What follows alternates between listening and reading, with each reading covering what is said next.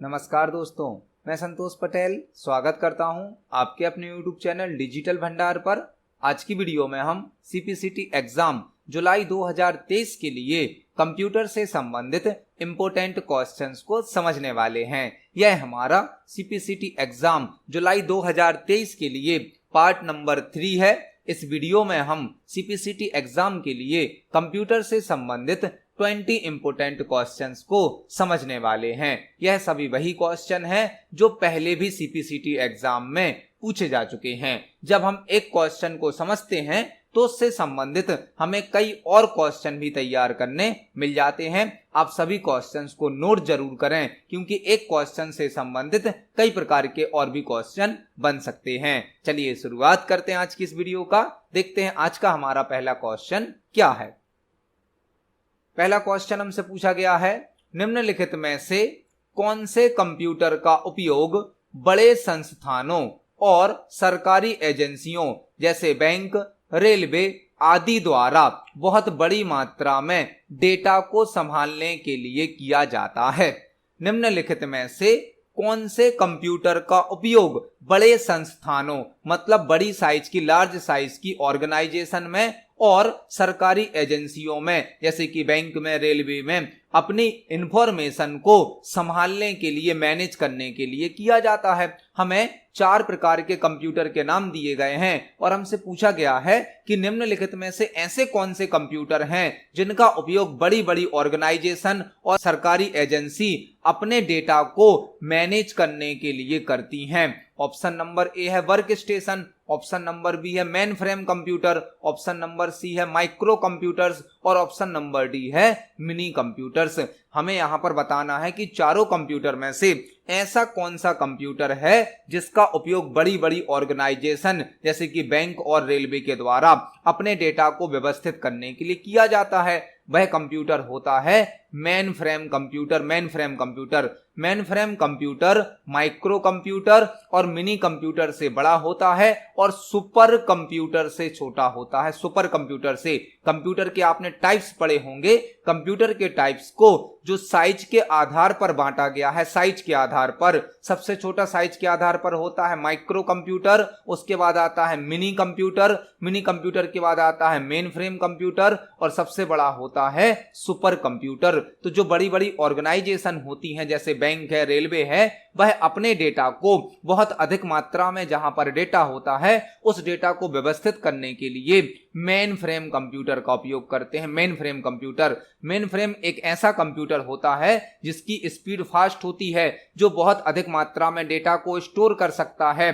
Main frame computer में एक साथ हजारों यूजर की प्रोसेस को एग्जीक्यूट किया जा सकता है, मतलब एक साथ हजारों यूजर वर्क कर सकते हैं मेन फ्रेम कंप्यूटर में। जबकि mini computer main frame computer से थोड़ा छोटा होता है, जिसमें लगभग एक साथ 200 यूजर वर्क कर सकते हैं और साइज में सबसे छोटा होता है माइक्रो कंप्यूटर और साइज में सबसे बड़ा और सबसे तेज, सबसे महंगा कंप्यूटर होता है सुपर कंप्यूटर। तो यहां पर इस क्वेश्चन का आंसर हो जाएगा option number B, mainframe computer. जो बड़ी बड़ी ऑर्गेनाइजेशन होती हैं जैसे कि बैंक है, रेलवे है, वह अपने डेटा को मैनेज करने के लिए, व्यवस्थित करने के लिए मेन फ्रेम कंप्यूटर का उपयोग करती हैं। इस क्वेश्चन का आंसर हो जाएगा ऑप्शन नंबर बी। देखते हैं हमारे नेक्स्ट क्वेश्चन को।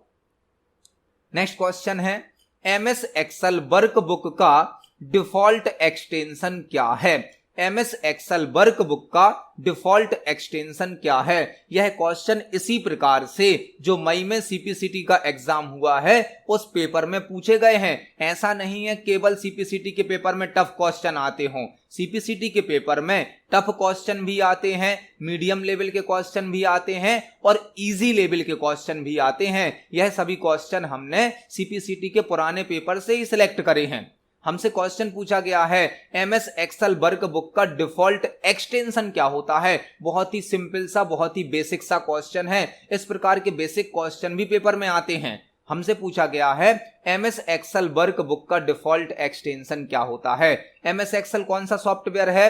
MS एक्सेल एक स्प्रेडशीट सॉफ्टवेयर होता है। स्प्रेडशीट सॉफ्टवेयर जो डेटा को रो और कॉलम में अरेंज करने की सुविधा प्रदान करता है। एमएस एक्सेल में जो फाइल बनती है फाइल उसे कहा जाता है वर्कबुक। एमएस एक्सेल में जो फाइल बनती है उसे वर्कबुक कहा जाता है। और वर्कबुक का डिफॉल्ट नेम होता है बुक1। आपसे पूछा जा सकता है एमएस एक्सेल की फाइल को क्या कहा जाता है। एमएस एक्सेल की फाइल को कहा जाता है वर्कबुक, और वर्कबुक का डिफॉल्ट नेम क्या होता है, बुक1 होता है। और एक्सेल में हमें जो पेज दिया जाता है पेज उसे कहा जाता है वर्कशीट जिसका डिफॉल्ट नेम होता है शीट 1। वर्कशीट मतलब एक्सेल का पेज जिसका नाम होता है बाय डिफॉल्ट शीट 1, जबकि एक्सेल की फाइल को बोलते हैं वर्कबुक जिसका डिफॉल्ट नेम होता है बुक1। और एक्सेल में जो फाइल बनती है, जो वर्कबुक बनती है, उसका एक्सटेंशन होता है .xlsx एमएस एक्सेल वर्कबुक का एक्सटेंशन होता है। तो इस क्वेश्चन का आंसर हो जाएगा option number D, MS Excel workbook का डिफॉल्ट एक्सटेंशन .xlsx होता है। देखते हैं हमारे नेक्स्ट क्वेश्चन को। नेक्स्ट क्वेश्चन है, निम्न में से कौन सा नॉन इंपैक्ट प्रिंटर का एक प्रकार है। निम्न में से कौन सा नॉन इंपैक्ट प्रिंटर का एक प्रकार है। यह क्वेश्चन प्रिंटर से संबंधित है। हमें 4 प्रकार के प्रिंटर के नाम दिए गए हैं और हमें बताना है इनमें से नॉन इंपैक्ट प्रिंटर कौन सा है। प्रिंटर क्या होता है, प्रिंटर एक आउटपुट डिवाइस होती है। प्रिंटर एक आउटपुट डिवाइस होती है, आउटपुट डिवाइस जो कि हमें हार्ड कॉपी आउटपुट प्रदान करती है। प्रिंटर एक आउटपुट डिवाइस है जो कि हमें हार्ड कॉपी आउटपुट प्रदान करता है। प्रिंटर की 2 कैटेगरी होती हैं, एक होते हैं इंपैक्ट प्रिंटर और एक होते हैं नॉन इंपैक्ट प्रिंटर। एक होते हैं इंपैक्ट प्रिंटर, एक होते हैं नॉन इंपैक्ट प्रिंटर। इंपैक्ट का मतलब होता है प्रभाव। ऐसे प्रिंटर जो प्रिंटिंग करते समय अपना इंपैक्ट दिखाते हैं, अपना प्रभाव दिखाते हैं, वह कहलाते हैं इंपैक्ट प्रिंटर। जैसे कि जो प्रिंटर बहुत अधिक मात्रा में साउंड करता है, हाई साउंड करता है, जिसमें आवाज ज्यादा होती है, शोर अधिक होता है, वह कहलाता है इंपैक्ट प्रिंटर। जबकि नॉन इंपैक्ट प्रिंटर में लो साउंड होता है, लेस साउंड होता है, बहुत कम मात्रा में आवाज करता है। जो इंपैक्ट प्रिंटर होता है इसकी स्पीड स्लो होती है, इसकी क्वालिटी भी लो होती है, क्वालिटी खराब आउटपुट देता है, हाई क्वालिटी का आउटपुट नहीं देता है। जबकि नॉन इंपैक्ट प्रिंटर फास्ट होता है और यह हाई क्वालिटी का आउटपुट देता है। मतलब प्रिंटर की 2 कैटेगरी हैं, इंपैक्ट प्रिंटर और नॉन इंपैक्ट प्रिंटर। ऐसा प्रिंटर जो प्रिंटिंग करते समय अपना इंपैक्ट दिखाता है, प्रभाव दिखाता है, आवाज अधिक करता है, वह कहलाता है इंपैक्ट प्रिंटर। और नॉन इंपैक्ट प्रिंटर मतलब जो कम साउंड करता है। इंपैक्ट प्रिंटर में अधिक आवाज आती है, प्रिंटिंग करते समय साउंड अधिक होता है, जबकि नॉन इंपैक्ट प्रिंटर में कम साउंड होता है। इंपैक्ट प्रिंटर की स्पीड स्लो होती है जबकि नॉन इंपैक्ट प्रिंटर की स्पीड फास्ट होती है। जो इंपैक्ट प्रिंटर है वह लो क्वालिटी का आउटपुट देता है, जबकि non impact printer high quality का आउटपुट देता है। तो हमसे क्वेश्चन पूछा गया है कि निम्न में से कौन सा नॉन इंपैक्ट प्रिंटर का एक प्रकार है। यहां पर चेन प्रिंटर जो है यह एक इंपैक्ट प्रिंटर है, बैंड प्रिंटर भी एक इंपैक्ट प्रिंटर है, ड्रम प्रिंटर भी एक इंपैक्ट प्रिंटर है। यहां पर जो थर्मल प्रिंटर है यह एक नॉन इंपैक्ट प्रिंटर है। Chain printer, band printer, drum printer, dot matrix printer यह सभी इंपैक्ट प्रिंटर होते हैं, जबकि thermal printer, laser printer, inkjet printer यह सभी हमारे नॉन इंपैक्ट प्रिंटर होते हैं। तो इस क्वेश्चन का आंसर हो जाएगा option number C, thermal printer. Thermal printer एक नॉन इंपैक्ट प्रिंटर होता है। देखते हैं हमारे नेक्स्ट क्वेश्चन को। नेक्स्ट क्वेश्चन है, किसी ऑब्जेक्ट की प्रॉपर्टीज को एक्सेस करने के लिए निम्न में से किस माउस तकनीक का उपयोग किया जाता है। किसी ऑब्जेक्ट की प्रॉपर्टीज को एक्सेस करने के लिए निम्न में से किस माउस तकनीक का उपयोग किया जाता है। हमसे क्वेश्चन पूछा गया है माउस से संबंधित। माउस क्या है, माउस एक इनपुट डिवाइस होती है, इनपुट डिवाइस, और माउस को पॉइंटिंग डिवाइस भी कहा जाता है।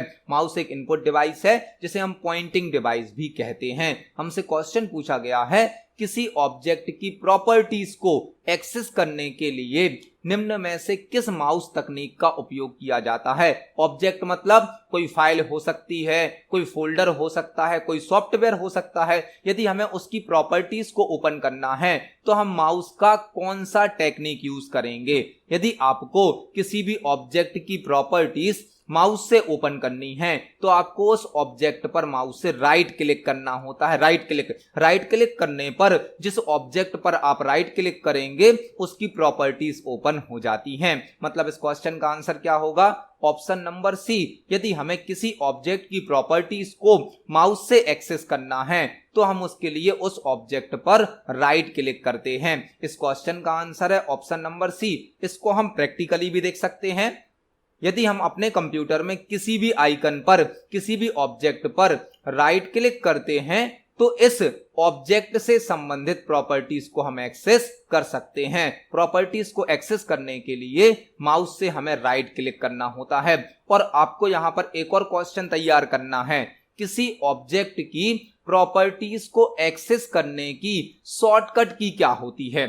यदि आपको कीबोर्ड शॉर्टकट के माध्यम से किसी ऑब्जेक्ट की प्रॉपर्टीज को एक्सेस करना है तो शॉर्टकट की होती है alt plus enter. Alt plus enter से आप किसी भी ऑब्जेक्ट की प्रॉपर्टीज को एक्सेस कर सकते हैं। माउस से एक्सेस करना है तो राइट क्लिक और कीबोर्ड शॉर्टकट से करना है तो ऑल्ट प्लस एंटर। इस शॉर्टकट की को भी हम प्रैक्टिकली देख सकते हैं। यदि हम किसी ऑब्जेक्ट को सिलेक्ट करें और कीबोर्ड से ऑल्ट प्लस एंटर को प्रेस करें तो जो ऑब्जेक्ट सिलेक्ट होता है उसकी प्रॉपर्टीज ओपन हो जाती हैं। यहां पर हमने एक साथ दो क्वेश्चन तैयार करे।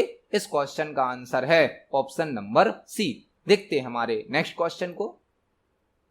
नेक्स्ट क्वेश्चन है, लाइनेक्स में कौन सी डायरेक्टरी में विशेष डिवाइस फाइल्स होती हैं। लाइनेक्स में कौन सी डायरेक्टरी में विशेष डिवाइस फाइल्स होती हैं। यह क्वेश्चन लाइनेक्स ऑपरेटिंग सिस्टम से पूछा गया है, लाइनेक्स से संबंधित है। लाइनेक्स क्या है, लाइनेक्स एक ऑपरेटिंग सिस्टम है। लाइनेक्स एक ऑपरेटिंग सिस्टम है। लाइनेक्स एक सिस्टम सॉफ्टवेयर का एग्जाम्पल है, सिस्टम सॉफ्टवेयर का।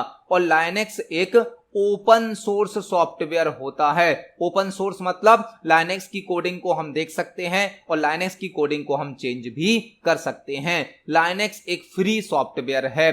लाइनेक्स को लिनस टोरवाल्ड्स के द्वारा 1991 में बनाया गया था। तो लाइनेक्स एक ऑपरेटिंग सिस्टम है, लाइनेक्स एक सिस्टम सॉफ्टवेयर होता है, लाइनेक्स एक ओपन सोर्स सॉफ्टवेयर है, लाइनेक्स एक फ्री सॉफ्टवेयर है। लाइनेक्स को लिनस टोरवाल्ड्स के द्वारा 1991 में बनाया गया था। जिस प्रकार से आप विंडोज ऑपरेटिंग सिस्टम का यूज करते हैं उसी प्रकार से होता है लाइनेक्स ऑपरेटिंग सिस्टम, जो कि ओपन सोर्स है, फ्री है, पावरफुल है। हमसे क्वेश्चन पूछा गया है, लाइनेक्स में कौन सी डायरेक्टरी मतलब फोल्डर को बोला जाता है डायरेक्टरी। लाइनेक्स में कौन सी डायरेक्टरी मतलब फोल्डर में विशेष डिवाइस फाइल होती हैं। डिवाइस फाइल मतलब हमारे कंप्यूटर से जितनी भी हार्डवेयर डिवाइस कनेक्ट होती हैं उनसे संबंधित जो फाइल होती हैं वह कौन सी डायरेक्टरी में, कौन से फोल्डर में स्टोर होती हैं। यदि आप ध्यान से क्वेश्चन को देखें तो आंसर भी आपको समझ आ जाएगा। यहां पूछा गया है डिवाइस फाइल कहां स्टोर होती हैं। डिवाइस का जो स्पेलिंग है वह आप देखेंगे तो DEV से मैच हो रहा है। DEV डिवाइस को शॉर्ट में लिखा गया है DEV। तो इस क्वेश्चन का आंसर है ऑप्शन नंबर बी। जो भी डिवाइस फाइल होती हैं, हार्डवेयर डिवाइस से संबंधित जो भी फाइल होती हैं वह कौन सी डायरेक्टरी में सेव होती हैं, डेव डायरेक्टरी में, जिसे बोला जाता है डिवाइस डायरेक्टरी। आपको डिवाइस से याद रखना है, डेव डायरेक्टरी में डिवाइस फाइल स्टोर होती हैं। बिन डायरेक्टरी में तो बाइनरी फाइल स्टोर होती हैं, एग्जीक्यूटेबल फाइल स्टोर होती हैं। बाइनरी और एग्जीक्यूटेबल फाइल बिन डायरेक्टरी में होती हैं, बाइनरी में। टेम्प डायरेक्टरी, टेम्प जिसमें टेम्परेरी फाइल स्टोर होती हैं, और यूजर डायरेक्टरी में यूजर से संबंधित प्रोग्राम स्टोर होते हैं। तो इस क्वेश्चन का आंसर क्या हो जाएगा, option number B, dev directory में डिवाइस फाइल स्टोर होती हैं। देखते हैं हमारे नेक्स्ट क्वेश्चन को। नेक्स्ट क्वेश्चन है, निम्नलिखित में से कौन सा एप्लीकेशन सॉफ्टवेयर का एक उदाहरण है। निम्नलिखित में से कौन सा एप्लीकेशन सॉफ्टवेयर का एक उदाहरण है। हमें 4 सॉफ्टवेयर के नाम दिए गए हैं और हमसे पूछा गया है इनमें से कौन एक एप्लीकेशन सॉफ्टवेयर का एग्जाम्पल है। सॉफ्टवेयर क्या होता है? सॉफ्टवेयर कंप्यूटर को दिए गए निर्देशों का समूह होता है। सॉफ्टवेयर कंप्यूटर को दिए गए निर्देशों का समूह होता है। ग्रुप ऑफ इंस्ट्रक्शंस कहलाता है सॉफ्टवेयर मतलब कंप्यूटर को दिए गए निर्देशों का समूह। ग्रुप ऑफ इंस्ट्रक्शन कहा जाता है सॉफ्टवेयर को। सॉफ्टवेयर की 2 कैटेगरी होती हैं, एक होते हैं सिस्टम सॉफ्टवेयर, एक होते हैं एप्लीकेशन सॉफ्टवेयर। सिस्टम सॉफ्टवेयर वह सॉफ्टवेयर कहलाते हैं जो सिस्टम के लिए आवश्यक होते हैं, जिनके बिना हमारा सिस्टम ऑन नहीं हो सकता। जबकि एप्लीकेशन सॉफ्टवेयर कौन से होते हैं? जो यूजर की आवश्यकताओं को पूरा करते हैं, किसी फिक्स टास्क को कंप्लीट करते हैं। तो सिस्टम सॉफ्टवेयर वह सॉफ्टवेयर होते हैं जो सिस्टम के लिए आवश्यक हैं। एप्लीकेशन सॉफ्टवेयर वह सॉफ्टवेयर होते हैं जो यूजर की आवश्यकताओं को पूरा करते हैं, यूजर के लिए आवश्यक होते हैं। यहां पर हमसे पूछा गया है निम्नलिखित में से कौन सा एप्लीकेशन सॉफ्टवेयर का एक उदाहरण है। तो यहां पर डॉस तो एक ऑपरेटिंग सिस्टम है, डॉस, जिसका फुल फॉर्म होता है डिस्क ऑपरेटिंग सिस्टम। डॉस का फुल फॉर्म क्या होता है? Disk operating system. लाइनेक्स भी एक ऑपरेटिंग सिस्टम है, विंडोज भी एक ऑपरेटिंग सिस्टम है। यहां पर जो टैली है, टैली एक एप्लीकेशन सॉफ्टवेयर होता है। टैली एक एप्लीकेशन सॉफ्टवेयर है जिसका यूज अकाउंटिंग वर्क करने के लिए किया जाता है। फाइनेंशियल इंफॉर्मेशन को रिकॉर्ड करने के लिए, अकाउंटिंग करने के लिए टैली का यूज किया जाता है। टैली को ईआरपी सॉफ्टवेयर भी कहा जाता है। ERP enterprise resource planning. ERP का फुल फॉर्म क्या होता है? Enterprise resource planning. तो इस क्वेश्चन का आंसर हो जाएगा ऑप्शन नंबर ए, टैली। टैली एक एप्लीकेशन सॉफ्टवेयर है जिसका उपयोग अकाउंटिंग वर्क को करने के लिए किया जाता है और टैली को ईआरपी सॉफ्टवेयर भी कहा जाता है, इंटरप्राइज रिसोर्स प्लानिंग। इस क्वेश्चन का आंसर है ऑप्शन नंबर ए। देखते हैं हमारे नेक्स्ट क्वेश्चन को। नेक्स्ट क्वेश्चन है एमएस एक्सेल में कौन सा फंक्शन किसी संख्या का फैक्टोरियल देता है? एमएस एक्सेल में कौन सा फंक्शन किसी संख्या का फैक्टोरियल देता है? हमसे एक एक्सेल का क्वेश्चन पूछा गया है, एक्सेल का कौन सा फंक्शन एक नंबर का फैक्टोरियल देता है? फैक्टोरियल क्या होता है? यदि हमें किसी भी नंबर का फैक्टोरियल निकालना है, फॉर एग्जाम्पल हमें 5 का फैक्टोरियल निकालना है, तो हम 5 से एक कम करेंगे 4 और उसका गुणा कर देंगे 5 में, फिर एक कम करेंगे 3 और उसका गुणा कर देंगे 4 में, फिर एक कम करेंगे 2, एक कम करेंगे 1। जिस नंबर का हमें फैक्टोरियल निकालना होता है उस नंबर को एक कम करते जाते हैं और आपस में गुणा करते जाते हैं। ऐसा हमें 1 तक कम करना होता है जिससे हमारा फैक्टोरियल कैलकुलेट हो जाता है। यदि हम 5 का फैक्टोरियल निकालें तो 5 का 20 हो जाएगा, 20 तिया 60 हो जाएगा और 60 दूनी 120 हो जाएगा। 120 का गुणा जब 1 में करेंगे तो 120 आ जाएगा। यह कहलाता है फैक्टोरियल। यदि हमें 4 का फैक्टोरियल निकालना है तो हम 4 का गुणा 3 में करेंगे, 2 में करेंगे, 1 में करेंगे और 4 का फैक्टोरियल निकल आएगा। इस प्रकार से यदि हमें एक्सेल में फैक्टोरियल निकालना है तो कौन सा फंक्शन यूज किया जाता है? आपको याद रखना है एक्सेल में फैक्टोरियल निकालने के लिए फैक्ट नाम का फंक्शन है। फैक्ट शॉर्ट में लिखना होता है फैक्ट, FACT।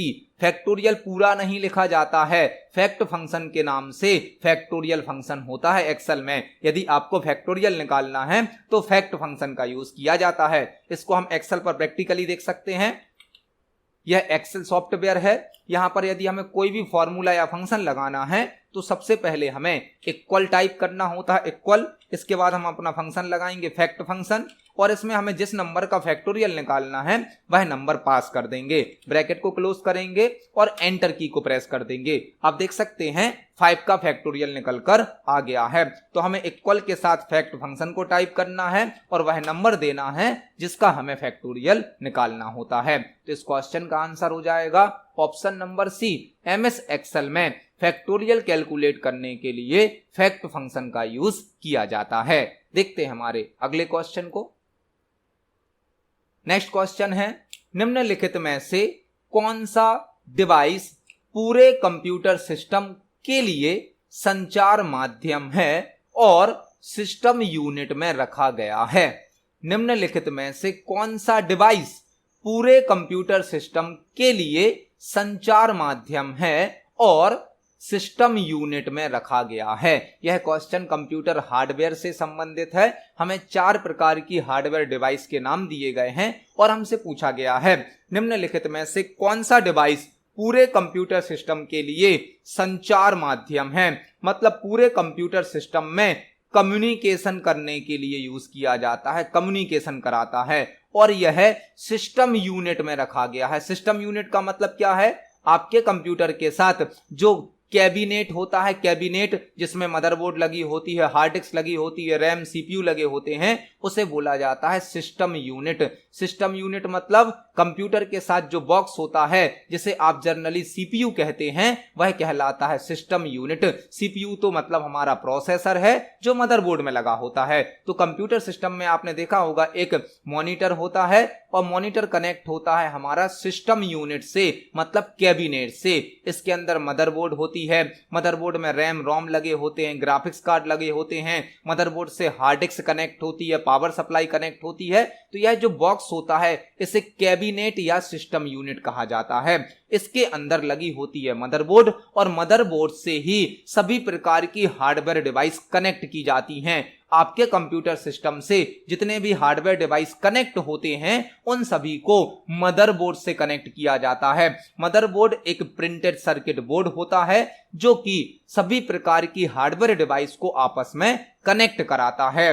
रैम, रोम, सीपीयू मदरबोर्ड में लगे होते हैं। इसके अलावा हार्ड डिस्क को हम मदरबोर्ड से कनेक्ट कर सकते हैं, पावर सप्लाई को कनेक्ट करते हैं। तो इस क्वेश्चन का आंसर होगा ऑप्शन नंबर ए, मदरबोर्ड। मदरबोर्ड एक ऐसी डिवाइस है जो पूरे कंप्यूटर सिस्टम के लिए कम्युनिकेशन उपलब्ध कराता है। सभी प्रकार की हार्डवेयर डिवाइस मदरबोर्ड से कनेक्ट होती हैं और मदरबोर्ड सिस्टम यूनिट में लगा होता है। आपको एक और क्वेश्चन तैयार करना है। रैम का फुल फॉर्म, रैम का फुल फॉर्म होता है रैंडम एक्सेस मेमोरी। आपको एक और क्वेश्चन तैयार करना है। रोम का फुल फॉर्म, रोम का फुल फॉर्म होता है रीड ओनली मेमोरी। तो इस क्वेश्चन का आंसर हो जाएगा ऑप्शन नंबर ए, मदरबोर्ड। देखते हैं हमारे नेक्स्ट क्वेश्चन को। नेक्स्ट क्वेश्चन है रैम के संदर्भ में निम्न में से कौन सा कथन गलत है? रैम के संदर्भ में निम्न में से कौन सा कथन गलत है? एक क्वेश्चन हमसे पूछा गया है जो कि रैम से संबंधित है। रैम से संबंधित आपको यहां पर 5-6 क्वेश्चन एक साथ तैयार करने मिलेंगे। रैम का फुल फॉर्म क्या होता है? रैम का फुल फॉर्म होता है random access memory. Random access memory, RAM का फुल फॉर्म होता है रैंडम एक्सेस मेमोरी। रैम एक प्राइमरी मेमोरी होती है। रैम एक प्राइमरी मेमोरी होती है जिसे हम मेन मेमोरी भी कहते हैं। और रैम एक वोलेटाइल मेमोरी होती है। वोलेटाइल मतलब अस्थाई होती है। रैम एक वोलेटाइल मेमोरी है। वोलेटाइल मतलब अस्थाई। रैम में जो डेटा स्टोर होता है वह टेम्परेरी स्टोर होता है। रैम में डेटा को कुछ समय तक स्टोर किया जाता है। जब तक कंप्यूटर सिस्टम ऑन रहता है तब तक रैम में डेटा स्टोर रहता है। कंप्यूटर सिस्टम के ऑफ होने पर रैम से डेटा डिलीट हो जाता है। हमसे रैम से संबंधित एक क्वेश्चन पूछा गया है। रैम के संदर्भ में निम्न में से कौन सा कथन गलत है? मतलब रैम से संबंधित कौन सा स्टेटमेंट यहां पर रॉन्ग है यह हमें बताना है। पहला ऑप्शन है रैम सीपीयू द्वारा प्रत्यक्षतः एक्सेसिबल है। रैम सीपीयू द्वारा प्रत्यक्षतः एक्सेसिबल है, मतलब रैम को क्या सीपीयू के द्वारा डायरेक्ट उपयोग किया जाता है? ऑप्शन नंबर बी है रैम कंप्यूटर की सेकेंडरी मेमोरी का हिस्सा है। रैम कंप्यूटर की सेकेंडरी मेमोरी का हिस्सा है। वैसे आंसर हमारा यही है ऑप्शन नंबर बी, क्योंकि जो रैम है वह तो प्राइमरी मेमोरी है, सेकेंडरी मेमोरी तो है नहीं है। और रैम में वह डेटा स्टोर होता है जिसकी जरूरत किसको होती है? सीपीयू को। तो यह स्टेटमेंट तो सही है। सी ऑप्शन क्या है? सी, रैम का उपयोग उस डेटा को स्टोर करने के लिए किया जाता है जो वर्तमान में सीपीयू द्वारा प्रोसेस किया जाता है। हाँ, तो रैम में वह डेटा स्टोर होता है जो अभी सीपीयू उपयोग कर रहा है। यह स्टेटमेंट भी सही है। और लास्ट स्टेटमेंट क्या है हमारा? रैम एक अस्थायी मेमोरी है, तो यह भी सही है। यहां पर एक स्टेटमेंट गलत है, option number B, RAM computer की सेकेंडरी मेमोरी का हिस्सा है। रैम तो प्राइमरी मेमोरी का हिस्सा है। रैम को सीपीयू एक्सेस करता है क्योंकि रैम से डेटा सीपीयू के पास भेजा जाता है। रैम में वह डेटा स्टोर होता है जो सीपीयू अभी उपयोग कर रहा है। और रैम एक प्राइमरी मेमोरी भी है, अस्थायी भी होती है, वोलेटाइल है। मतलब इस क्वेश्चन का आंसर हो जाएगा option number B, RAM secondary memory का हिस्सा नहीं है। आंसर हो जाएगा ऑप्शन नंबर बी। देखते हैं हमारे नेक्स्ट क्वेश्चन को। नेक्स्ट क्वेश्चन है, यूएसबी पेन ड्राइव के संदर्भ में निम्न में से कौन सा कथन गलत है? यूएसबी पेन ड्राइव के संदर्भ में निम्न में से कौन सा कथन गलत है? हमें एक क्वेश्चन दिया गया है, यूएसबी पेन ड्राइव के संदर्भ में निम्न में से कौन सा कथन गलत है? यूएसबी का फुल फॉर्म क्या होता है? यूएसबी का फुल फॉर्म होता है यूनिवर्सल सीरियल बस। यूनिवर्सल सीरियल बस, यूएसबी का फुल फॉर्म होता है यूनिवर्सल सीरियल बस। जो पेन ड्राइव होती है वह एक सेकेंडरी स्टोरेज डिवाइस होती है जो कि डेटा को परमानेंटली स्टोर करती है। पेन ड्राइव को फ्लैश मेमोरी के अंतर्गत रखा गया है। पेन ड्राइव फ्लैश मेमोरी का एग्जाम्पल होती है। हमें 4 ऑप्शन दिए गए हैं और हमें यह बताना है कि पेन ड्राइव के संदर्भ में कौन सा कथन गलत है। ऑप्शन नंबर ए है, यह एक पोर्टेबल स्टोरेज स्पेस डिवाइस है। पोर्टेबल मतलब आप इसको आसानी से यहां से वहां ले जा सकते हैं, जो आपकी स्टोरेज आवश्यकताओं की देखभाल करने में सक्षम है। तो ऑप्शन नंबर ए तो सही है, यह एक पोर्टेबल स्टोरेज स्पेस डिवाइस है जो आपकी स्टोरेज आवश्यकताओं की देखभाल करने में सक्षम है। हम पेन ड्राइव में डेटा को स्टोर कर सकते हैं और यहां से वहां ले जा सकते हैं। ऑप्शन नंबर बी क्या है, एक पेन ड्राइव में 120 जीबी और इससे भी अधिक डेटा स्टोर किया जा सकता है। तो यह स्टेटमेंट भी सही है। ऑप्शन नंबर सी क्या है, इसका उपयोग मोबाइल स्टोरेज डिवाइस के रूप में किया जाता है। इसका उपयोग मोबाइल स्टोरेज डिवाइस मतलब आप इसको आसानी से यहां से वहां ले जा सकते हैं। मोबाइल स्टोरेज डिवाइस का मतलब है आप इसको आसानी से यहां से वहां ट्रांसफर कर सकते हैं। और ऑप्शन नंबर डी क्या है, यह एक अस्थायी स्टोरेज डिवाइस है, जबकि पेन ड्राइव तो सेकेंडरी मेमोरी है, परमानेंटली डेटा को स्टोर करती है। मतलब यह ऑप्शन गलत है। जो पेन ड्राइव है वह अस्थायी स्टोरेज डिवाइस नहीं है, वह तो स्थायी स्टोरेज डिवाइस है, परमानेंटली डेटा को स्टोर करती है। तो इस क्वेश्चन का आंसर क्या हो जाएगा, ऑप्शन नंबर डी, यह एक अस्थायी स्टोरेज डिवाइस नहीं है, पेन ड्राइव एक स्थायी स्टोरेज डिवाइस होती है। तो इस क्वेश्चन का आंसर हो जाएगा ऑप्शन नंबर डी। देखते हैं हमारे नेक्स्ट क्वेश्चन को। नेक्स्ट क्वेश्चन है, 1011 के 1 का पूरक क्या होगा? एक क्वेश्चन हमें दिया गया है जिसमें हमें एक बाइनरी नंबर दिया गया है। 1011 के 1 का पूरक क्या होगा? यह क्वेश्चन भी सीपीसीटी के पेपर में आया है और बहुत ही आसान क्वेश्चन है, बहुत ही सरल है। यहां पर आपको एक बाइनरी नंबर दिया गया है जिसका आपको फर्स्ट कॉम्प्लीमेंट निकालना है। फर्स्ट कॉम्प्लीमेंट आपको यदि कोई क्वेश्चन हिंदी वाले क्वेश्चन में समझ नहीं आता है पेपर में, तो आप उस क्वेश्चन को इंग्लिश में पढ़ लिया करें, क्योंकि कुछ ऐसे शब्द होते हैं जिनका मीनिंग हमें हिंदी में समझ में नहीं आता है। तो आप उसी क्वेश्चन को इंग्लिश में पढ़ लिया करें। हमें एक बाइनरी नंबर दिया गया है 1011, इसका हमें फर्स्ट कॉम्प्लीमेंट निकालना है। 1 का पूरक, पूरक मतलब कॉम्प्लीमेंट क्या होगा। हमने अपनी प्रीवियस वीडियो में भी फर्स्ट कॉम्प्लीमेंट निकालना सीखा है, जो कि बहुत ही आसान है। आपको यदि कोई भी बाइनरी नंबर दिया जाता है और आपसे उसका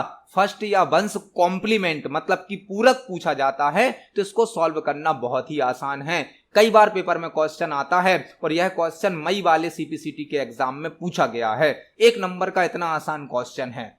आपको यदि किसी भी बाइनरी नंबर का वंश कॉम्प्लीमेंट निकालना है तो आप अपने उस क्वेश्चन को लिखें, नंबर को। नंबर क्या है, 1011। आपको इसका फर्स्ट कॉम्प्लीमेंट निकालना है, 1 का पूरक निकालना है, तो आप 1 को 0 से बदल दीजिए और 0 को 1 से बदल दीजिए, आपका आंसर आ जाएगा। फर्स्ट कॉम्प्लीमेंट निकालने के लिए हमें 1 को 0 से बदलना होता है और 0 को 1 से बदल देना होता है। यह हमारा आंसर आ गया। आंसर क्या हो जाएगा, ऑप्शन नंबर ए। जो हमें बाइनरी नंबर दिया गया था उसका हमने फर्स्ट कॉम्प्लीमेंट निकाला, आंसर आ गया 0100। इस क्वेश्चन का आंसर हो जाएगा ऑप्शन नंबर ए। तो यदि आपसे किसी भी बाइनरी नंबर का फर्स्ट कॉम्प्लीमेंट या पूरक पूछा जाता है तो आपको 1 को 0 से बदल देना है और 0 को 1 से बदल देना है, आपका आंसर आ जाएगा। इस क्वेश्चन का आंसर है ऑप्शन नंबर ए।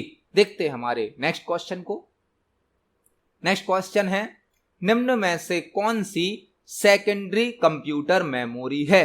निम्न में से कौन सी सेकेंडरी कंप्यूटर मेमोरी है? यह क्वेश्चन मेमोरी से संबंधित है। निम्न में से कौन सी सेकेंडरी कंप्यूटर मेमोरी है? कंप्यूटर में दो प्रकार की मेमोरी होती हैं, एक होती है प्राइमरी मेमोरी, एक होती है सेकेंडरी मेमोरी। प्राइमरी मेमोरी और सेकेंडरी मेमोरी, प्राइमरी मेमोरी वह मेमोरी होती हैं जो डायरेक्ट सीपीयू से कनेक्ट होती हैं, जबकि सेकेंडरी मेमोरी डायरेक्ट सीपीयू से कनेक्ट नहीं होती हैं। प्राइमरी मेमोरी की स्पीड फास्ट होती है, जबकि सेकेंडरी मेमोरी की स्पीड स्लो होती है। इनकी जो कैपेसिटी होती है प्राइमरी मेमोरी की वह लो होती है, कम होती है, जबकि सेकेंडरी मेमोरी की कैपेसिटी हाई होती है। हमें 4 मेमोरी के नाम दिए गए हैं और हमसे पूछा गया है निम्न में से कौन सी सेकेंडरी कंप्यूटर मेमोरी है। तो रैम तो एक प्राइमरी मेमोरी है, random access memory, cache memory भी एक प्राइमरी मेमोरी है, कैश मेमोरी भी एक प्राइमरी मेमोरी है जो रैम और सीपीयू के बीच में वर्क करती है। कैश मेमोरी भी एक प्राइमरी मेमोरी है जो रैम और सीपीयू के बीच में वर्क करती है। रजिस्टर भी एक प्राइमरी मेमोरी है जो कंप्यूटर सिस्टम में सबसे छोटी और सबसे फास्ट मेमोरी होती है। कंप्यूटर सिस्टम के अंदर सबसे छोटी और सबसे फास्ट मेमोरी होती है रजिस्टर, जो कि सीपीयू के अंदर ही होती है। यहां पर आंसर हो जाएगा हमारा option number D, hard disk. Hard disk एक सेकेंडरी मेमोरी है, यह प्राइमरी मेमोरी नहीं है। रैम भी प्राइमरी मेमोरी है, कैश मेमोरी भी प्राइमरी मेमोरी है, रजिस्टर भी प्राइमरी मेमोरी है, लेकिन हार्ड डिस्क एक सेकेंडरी मेमोरी है। तो इस क्वेश्चन का आंसर हो जाएगा option number D, hard disk secondary memory होती है, यह प्राइमरी मेमोरी नहीं होती है। देखते हैं हमारे नेक्स्ट क्वेश्चन को।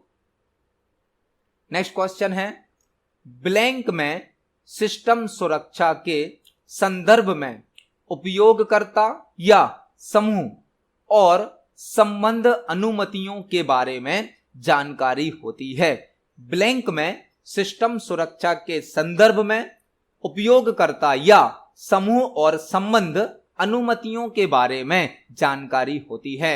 यह सभी क्वेश्चन इसी प्रकार से पेपर में पूछे गए हैं।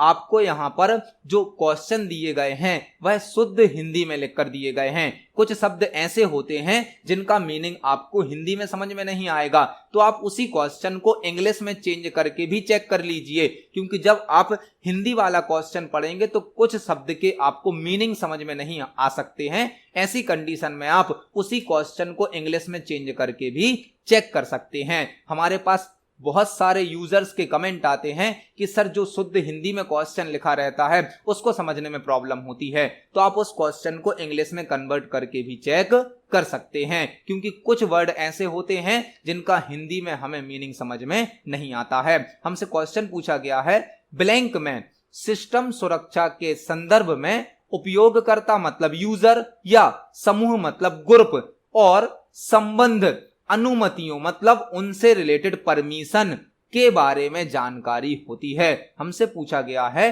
कि दिए गए ऑप्शन में से कौन ऐसा है जिसमें यूजर या ग्रुप से संबंधित जो भी परमिशन है उनकी जानकारी होती है। मतलब किसी सिस्टम में कौन कौन से रिसोर्स को कौन सा यूजर एक्सेस कर पाएगा, कौन सा यूजर एक्सेस नहीं कर पाएगा, यह डिसाइड करता है access control system. Access control system, कई बार इसका क्वेश्चन पूछा जाता है। एक्सेस कंट्रोल सिस्टम एक ऐसा सिस्टम होता है जो कि यह डिसाइड करता है कि किसी रिसोर्स को कौन सा यूजर एक्सेस कर पाएगा या कौन सा यूजर किसी रिसोर्स को एक्सेस नहीं कर पाएगा। यह जानकारी कौन स्टोर करता है?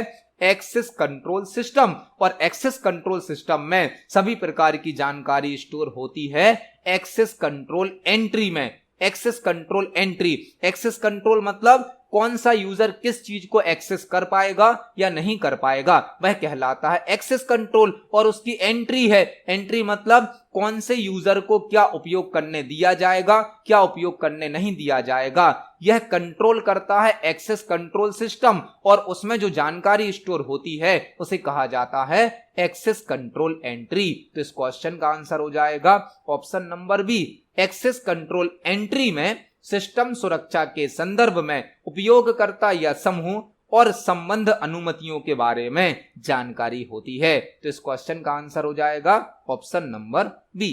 देखते हैं हमारे नेक्स्ट क्वेश्चन को। नेक्स्ट क्वेश्चन है लाइनेक्स को किसके द्वारा बनाया गया है? लाइनेक्स को किसके द्वारा बनाया गया है? इस क्वेश्चन का आंसर हमने आज की वीडियो में ही समझा था। लाइनेक्स क्या है? लाइनेक्स एक ऑपरेटिंग सिस्टम है, ऑपरेटिंग सिस्टम है जो कि एक सिस्टम सॉफ्टवेयर का एग्जाम्पल भी है। लाइनेक्स एक ऑपरेटिंग सिस्टम है जो कि एक सिस्टम सॉफ्टवेयर का एग्जाम्पल भी है। लाइनेक्स एक ओपन सोर्स सॉफ्टवेयर है। ओपन सोर्स मतलब हम लाइनेक्स की कोडिंग को देख सकते हैं और इसे चेंज भी कर सकते हैं। लाइनेक्स एक फ्री सॉफ्टवेयर भी है और लाइनेक्स को लिनस टोरवाल्ड्स के द्वारा बनाया गया है। लिनस टोरवाल्ड्स, और लाइनेक्स को 1991 में बनाया गया था। तो लाइनेक्स एक ऑपरेटिंग सिस्टम है जो कि एक सिस्टम सॉफ्टवेयर का एग्जाम्पल है। लाइनेक्स एक ओपन सोर्स सॉफ्टवेयर है। लाइनेक्स एक फ्री सॉफ्टवेयर है और लाइनेक्स को लिनस टोरवाल्ड्स के द्वारा 1991 में बनाया गया था। इस क्वेश्चन का आंसर तो है ऑप्शन नंबर ए। आपको यहां 3-4 क्वेश्चन और तैयार करने हैं। चार्ल्स बेबेज कौन है? चार्ल्स बेबेज, चार्ल्स बेबेज हैं father of computer. Father of computer कहा जाता है चार्ल्स बेबेज को। चार्ल्स बेबेज के द्वारा डिफरेंस इंजन और एनालिटिकल इंजन का इन्वेंशन भी किया गया है। चार्ल्स बेबेज के साथ आपको 3 चीजें याद रखनी है। चार्ल्स बेबेज को कहा जाता है फादर ऑफ कंप्यूटर। इन्होंने डिफरेंस इंजन और एनालिटिकल इंजन का इन्वेंशन भी किया है। रे टॉमलिंसन कौन है? रे टॉमलिंसन, रे टॉमलिंसन है father of email. Father of email कहा जाता है रे टॉमलिंसन को क्योंकि इन्होंने 1971 में पहला ईमेल सेंड किया था। एडा लवलेस कौन है? एडा लवलेस हैं first computer programmer. First computer programmer कहा जाता है एडा लवलेस को। तो यहां पर हमने एक साथ कई क्वेश्चन तैयार करे। इस क्वेश्चन का आंसर है ऑप्शन नंबर ए। लाइनेक्स को लिनस टोरवाल्ड्स के द्वारा बनाया गया है। देखते हैं हमारे नेक्स्ट क्वेश्चन को। नेक्स्ट क्वेश्चन है यदि आप अपनी स्क्रीन के कंटेंट को चित्र के रूप में प्रिंट करना चाहते हैं तो किस बटन का उपयोग करेंगे? यदि आप अपनी स्क्रीन के कंटेंट मतलब आपकी स्क्रीन पर जो भी जानकारी अभी दिख रही है उसको चित्र के रूप में प्रिंट करना चाहते हैं तो किस बटन का उपयोग करेंगे? आपसे क्वेश्चन पूछा गया है कि आपके कंप्यूटर स्क्रीन पर अभी जो भी जानकारी ओपन है, जो भी विंडो खुली है, जो भी जानकारी दिखाई जा रही है, यदि आप उसको एक इमेज के रूप में प्रिंट करना चाहते हैं, चित्र के रूप में प्रिंट करना चाहते हैं, तो आप कौन सी की को प्रेस करेंगे? कीबोर्ड से। कीबोर्ड में एक की होती है प्रिंट स्क्रीन की। प्रिंट स्क्रीन की जो कि स्क्रीन पर शो होने वाले कंटेंट का स्क्रीनशॉट लेती है और उसको एक इमेज के रूप में आप सेव कर सकते हो या प्रिंट भी कर सकते हो। मतलब कीबोर्ड में एक की होती है प्रिंट स्क्रीन की जिसके द्वारा हम स्क्रीन पर शो होने वाले कंटेंट का स्क्रीनशॉट ले सकते हैं, उसे सेव करके रख सकते हैं या उसका प्रिंट आउट भी निकाल सकते हैं। तो इस क्वेश्चन का आंसर हो जाएगा ऑप्शन नंबर बी। स्क्रीन पर शो होने वाले कंटेंट को चित्र के रूप में प्रिंट करने के लिए प्रिंट स्क्रीन की का उपयोग किया जाता है। देखते हैं हमारे अगले प्रश्न को। नेक्स्ट क्वेश्चन है निम्नलिखित में से कौन सा प्रिंटर का एक प्रकार नहीं है? निम्नलिखित में से कौन सा प्रिंटर का एक प्रकार नहीं है? यह क्वेश्चन प्रिंटर से संबंधित है और आज की वीडियो में ही हमने प्रिंटर से संबंधित 1-2 क्वेश्चन और भी तैयार करे थे। प्रिंटर एक आउटपुट डिवाइस है जो कि हमें हार्ड कॉपी आउटपुट प्रदान करता है। प्रिंटर की हमने कैटेगरी भी देखी थी, इंपैक्ट प्रिंटर और नॉन इंपैक्ट प्रिंटर। हमसे पूछा गया है निम्नलिखित में से कौन सा प्रिंटर का एक प्रकार नहीं है? तो प्रिंटर का प्रकार इंकजेट प्रिंटर होता है, लेजर प्रिंटर होता है, प्लोटर भी प्रिंटर का प्रकार है, प्लोटर, क्योंकि प्लोटर भी हमें हार्ड कॉपी आउटपुट प्रदान करता है और लार्ज साइज का आउटपुट देता है। जबकि जो स्कैनर है, स्कैनर तो प्रिंटर का प्रकार नहीं है, स्कैनर तो एक इनपुट डिवाइस होती है। जो स्कैनर है वह इनपुट डिवाइस है जबकि प्रिंटर तो एक आउटपुट डिवाइस है। प्रिंटर के प्रकार कौन कौन से हो सकते हैं? इंकजेट प्रिंटर, लेजर प्रिंटर और प्लोटर। तो इस क्वेश्चन का आंसर हो जाएगा option number D, scanner. Scanner printer का प्रकार नहीं है। देखते हैं हमारे अगले प्रश्न को। नेक्स्ट क्वेश्चन है ब्लैंक पेपर पर बहुत पास से इंक कार्ट्रिज से स्याही स्प्रे करता है क्योंकि इसमें पेपर रोल होता रहता है। ब्लैंक पेपर पर बहुत पास से इंक कार्ट्रिज से स्याही स्प्रे करता है क्योंकि इसमें पेपर रोल होता रहता है। यह क्वेश्चन भी प्रिंटर से संबंधित है और इसी प्रकार से यह क्वेश्चन सीपीसीटी के पेपर में पूछा गया है। यदि आप ध्यान से इस क्वेश्चन को पढ़ें और आप प्रिंटर के बारे में थोड़ी भी जानकारी रखते हैं तो आप इस क्वेश्चन को आसानी से सॉल्व कर पाएंगे। आपको इसका आंसर बहुत आसानी से समझ आ जाएगा। इस क्वेश्चन में एक चीज देखिए, लिखा गया है इंक कार्ट्रिज, इंक की बात की जा रही है और जहां पर इंक की बात हो रही है वहां पर इंकजेट प्रिंटर यूज होगा। इंक मतलब लिक्विड इंक, लिक्विड फॉर्म में। जो लेजर प्रिंटर होता है, लेजर प्रिंटर में तो पाउडर भरा होता है, पाउडर सूखा पाउडर होता है जिसे अपन बोलते हैं टोनर। जबकि इंकजेट प्रिंटर में लिक्विड फॉर्म में इंक भरी होती है।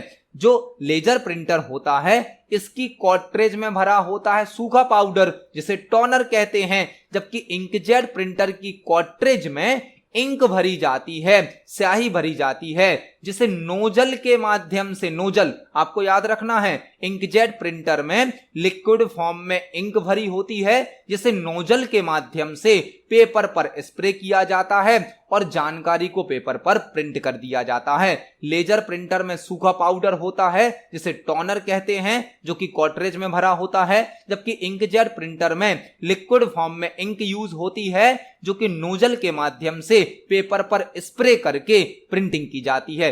आपको यहां पर इंक वर्ड को देखना है, इंक मतलब कहां पर यूज होगी, इंकजेट प्रिंटर में। तो इस क्वेश्चन का आंसर हो जाएगा option number C, inkjet printer. Inkjet printer paper पर बहुत पास से इंक कार्ट्रिज से स्याही को मतलब इंक को स्प्रे करता है और इसमें पेपर रोल होता रहता, पेपर घूमता रहता, प्रिंट होता रहता है। उसके बाद जब कंप्लीट प्रिंटिंग हो जाती है तो पेपर प्रिंटर से बाहर आ जाता है। इस क्वेश्चन का आंसर है option number C. Next question हमसे पूछा गया है, निम्न में से कौन सा एक नॉन इंपैक्ट प्रिंटर है। एक और क्वेश्चन हमें प्रिंटर से संबंधित मिल गया। निम्न में से कौन सा एक नॉन इंपैक्ट प्रिंटर है। प्रिंटर की दो कैटेगरी हैं, इंपैक्ट प्रिंटर और non impact printer. Impact printer वह होते हैं जो स्लो होते हैं, लो क्वालिटी का आउटपुट देते हैं और साउंड अधिक करते हैं, जबकि नॉन इंपैक्ट प्रिंटर फास्ट होते हैं, हाई क्वालिटी का आउटपुट देते हैं और आवाज कम करते हैं। हमसे पूछा गया है निम्न में से कौन सा एक नॉन इंपैक्ट प्रिंटर है। तो मैकेनिकल प्रिंटर तो इंपैक्ट प्रिंटर है, डेजीबील प्रिंटर भी इंपैक्ट प्रिंटर है, डॉट मैट्रिक्स प्रिंटर भी इंपैक्ट प्रिंटर है, जबकि लेजर प्रिंटर एक नॉन इंपैक्ट प्रिंटर है। मतलब आंसर हो जाएगा option number A, laser printer एक नॉन इंपैक्ट प्रिंटर है जिसमें ड्राई पाउडर यूज होता है, सूखा पाउडर यूज होता है जिसे हम टोनर कहते हैं। यह टोनर कार्ट्रिज में भरा होता है, कार्ट्रिज में, टोनर को कार्ट्रिज में भरा जाता है। टोनर मतलब सूखा पाउडर। लेजर प्रिंटर एक नॉन इंपैक्ट प्रिंटर है जो कि सबसे ज्यादा फास्ट प्रिंटर होता है, सबसे ज्यादा तेज प्रिंटर होता है लेजर प्रिंटर। तो इस क्वेश्चन का आंसर हो जाएगा option number A, laser printer एक नॉन इंपैक्ट प्रिंटर होता है। नेक्स्ट क्वेश्चन हमसे पूछा गया है, एमएस एक्सेल का डिफॉल्ट व्यू क्या होता है। एमएस एक्सेल का डिफॉल्ट व्यू क्या होता है। यह क्वेश्चन एमएस एक्सेल से पूछा गया है। एमएस एक्सेल जो कि एक स्प्रेडशीट सॉफ्टवेयर होता है, स्प्रेडशीट सॉफ्टवेयर जो कि डेटा को रो और कॉलम में अरेंज करने की सुविधा प्रदान करता है। एमएस एक्सेल में हम किसी भी डेटा को टेबल के रूप में अरेंज कर सकते हैं और उस डेटा पर कई प्रकार के ऑपरेशन परफॉर्म कर सकते हैं। हमसे पूछा गया है एमएस एक्सेल का डिफॉल्ट व्यू क्या होता है।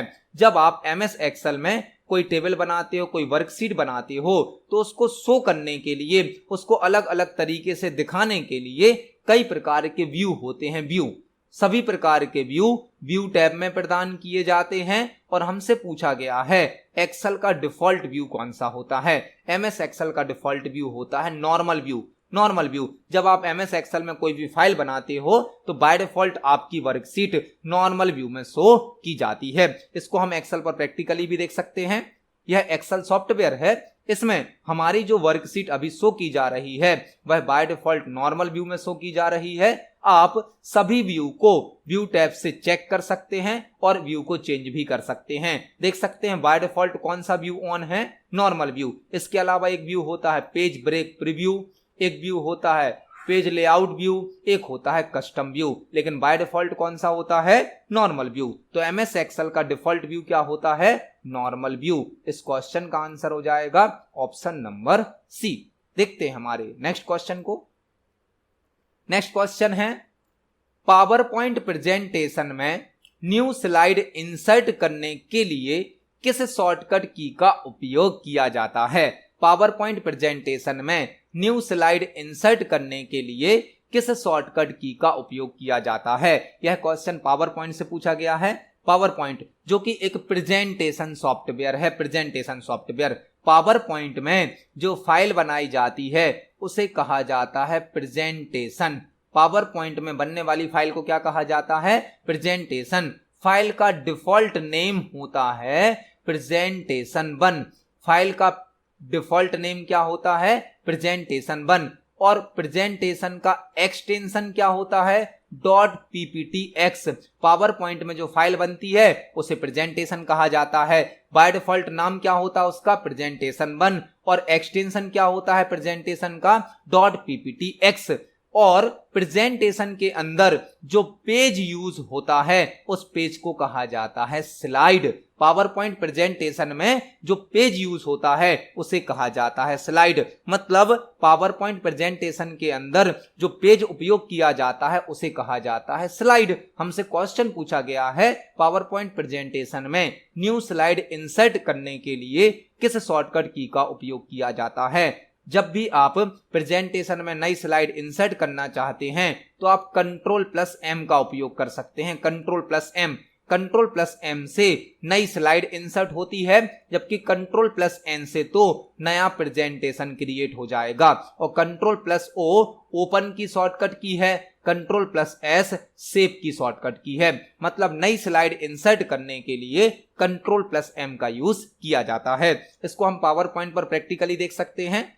यह हमारा पावर पॉइंट प्रेजेंटेशन ओपन है। हम आपको यह सभी जो क्वेश्चन तैयार करा रहे हैं यह सभी पावर पॉइंट प्रेजेंटेशन के माध्यम से ही करा रहे हैं। हम सभी क्वेश्चन को यहाँ पर पावर पॉइंट प्रेजेंटेशन पर टाइप करते हैं और आपके सामने प्रेजेंटेशन को रन करते हैं। अब यदि हमें अपनी प्रेजेंटेशन में एक नई स्लाइड ऐड करनी है तो हम Ctrl+M को प्रेस करेंगे। आप देख सकते हैं यहाँ पर एक न्यू ब्लैंक स्लाइड इंसर्ट होकर आ गई है। Ctrl+M से नई स्लाइड को इंसर्ट किया जा सकता है। तो इस क्वेश्चन का आंसर हो जाएगा ऑप्शन नंबर सी। Ctrl+M से नई स्लाइड इंसर्ट की जाती है। इस क्वेश्चन का आंसर है ऑप्शन नंबर सी। तो आज की वीडियो में हमने सीपीसीटी एग्जाम के लिए कंप्यूटर से संबंधित 20 इंपोर्टेंट क्वेश्चंस को समझा है। जब हम एक क्वेश्चन को समझते हैं तो उससे संबंधित हमें कई और क्वेश्चन भी तैयार करने मिल जाते हैं। आप इन सभी क्वेश्चंस को पढ़ें, समझें। यदि आपका कोई क्वेश्चन है, कोई डाउट है तो कमेंट सेक्शन में जरूर पूछिए। वीडियो पसंद आती है तो वीडियो को लाइक करें, ज्यादा से ज्यादा शेयर करें। मिलते हैं अगली वीडियो में। धन्यवाद।